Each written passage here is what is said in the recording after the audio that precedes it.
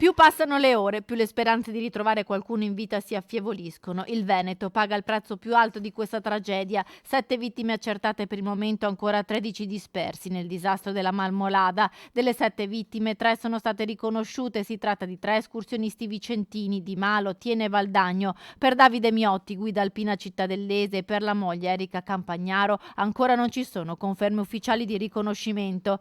La famiglia continua a sperare, ma le probabilità di trovarli vivi sono davvero esigue. Domenica Davide, che gestisce un negozio di sport dedicato alla montagna, aveva chiesto alla moglie di accompagnarlo in quell'escursione sulla Marmolada. Doveva portare una coppia e aveva chiesto ad Erika, esperta ed appassionata come lui, di andare insieme. Ad aprile aveva anche tenuto un corso di aggiornamento su come affrontare la Marmolada e in un post profetico su Facebook della scorsa settimana Davide parlava di condizioni agostane dei sentieri.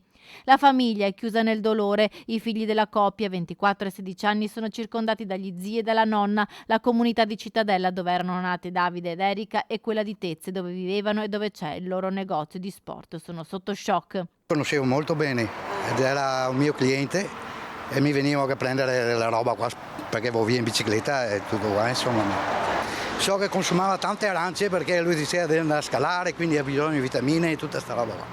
Va bene, mi dispiace. Penso che la più grande cosa, le più grandi doti che aveva Davide è la passione per quello che faceva. Perché ci trovavamo che qualche volta qui alle 5 del mattino, lui che partiva, io aprivo il bar, dunque a quell'ora lì. E dopo il legame che aveva con i suoi clienti,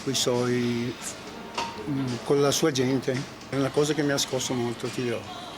Questa mattina sono riprese sulla Marmolada le ricerche dei dispersi nella frana con lo stesso sistema utilizzato nella giornata di ieri. Da 13 il numero dei dispersi è sceso a 5. Per il riconoscimento dei corpi sono al lavoro i carabinieri del RIS. Si stanno confrontando i resti con il DNA dei parenti che sono alla ricerca dei loro cari. 7 le vittime, 4 riconosciute, 2 in fase di riconoscimento, una che rimane sconosciuta. L'ultimo identificato è una persona residente in Trentino.